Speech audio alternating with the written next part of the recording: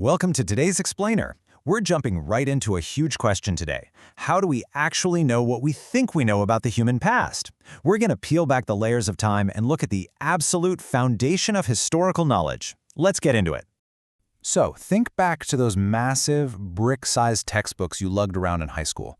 Have you ever stopped to wonder if the stories inside them were, well, actually true? I mean, it's so easy to look at a history book and just assume it's this fixed, undeniable set of facts that kind of fell out of the sky.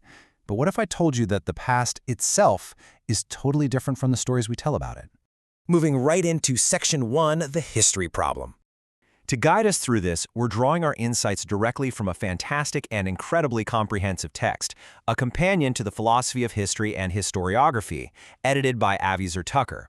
This thing maps out the absolute deepest philosophical questions about our past. It really digs into that messy, complex relationship between the actual events that happened and how we justify our knowledge of them today. Okay, first things first, we need to establish a vital boundary here and define a term you're going to hear a whole lot today: historiography. Simply put, historiography is what historians write about past events. It's the end result.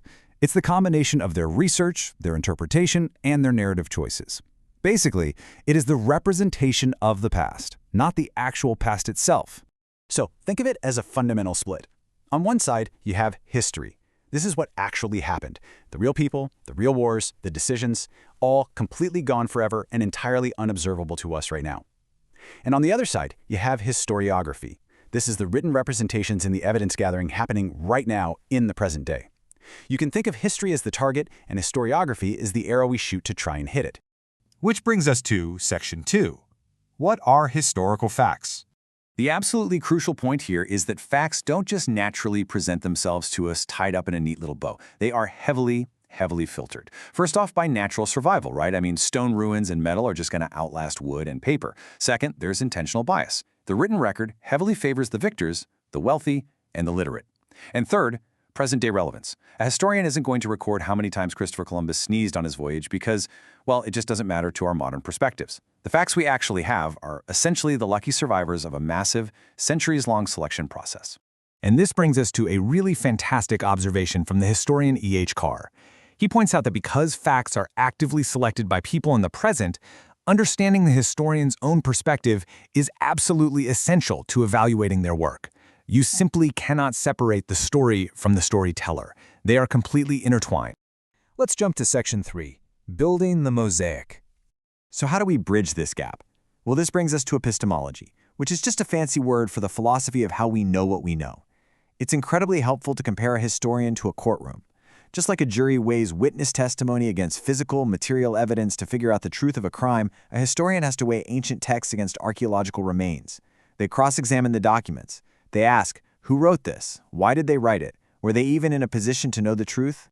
But, unlike a modern courtroom dealing with physical crimes, the historian's job is arguably a whole lot harder. As R.G. Collingwood reminds us, all history is the history of thought. Historians aren't just trying to figure out what physical actions dead people took. They have to reconstruct the mental intentions, the hidden motives, and the subjective values of people from entirely different cultures.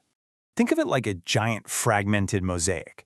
If we only have a few surviving tiles from ancient history, and a historian, whether on purpose or by accident, only selects the blue tiles because they fit their specific worldview, well, they're going to construct a heavily biased mosaic.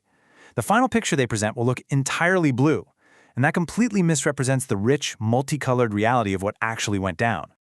All right, moving on to Section 4, the shape of time. Let's take a look at how this actually builds across human civilization.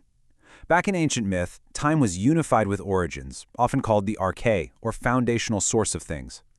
By antiquity, we start seeing a focus on fate and repeating natural cycles, kind of like the seasons. But then, with the rise of monotheism, a massive shift happened.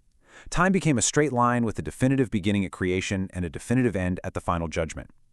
Finally, modernity comes along and essentially secularizes this straight line into a belief in endless, linear human progress and evolution. You can really see how vastly different cultures conceptualize the very shape of time. Ancient China viewed time as cyclical, focusing heavily on present harmony, using the past mostly as a mirror for state officials. Ancient India saw time as endless, karmic cycles, focusing on individual reincarnation rather than some collective societal destiny. Meanwhile, the monotheistic view created this linear, directed history marching toward a universal destiny. And here's the kicker. These foundational views of time fundamentally dictated exactly what these cultures chose to record as their historiography. And finally, Section 5, Why the Past Matters.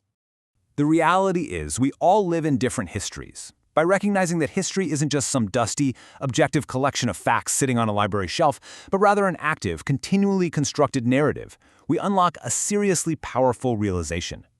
The meaning of the past is built by people today to give identity, legitimacy, and direction to our current society. In a very real way, whoever defines the past completely controls the trajectory of the future. Thank you so much for diving deep with me in this explainer today. Stay curious, keep questioning the narrative, and I want to leave you with this one haunting thought. If the past only truly exists and how we choose to describe it today, whose past are you living in right now?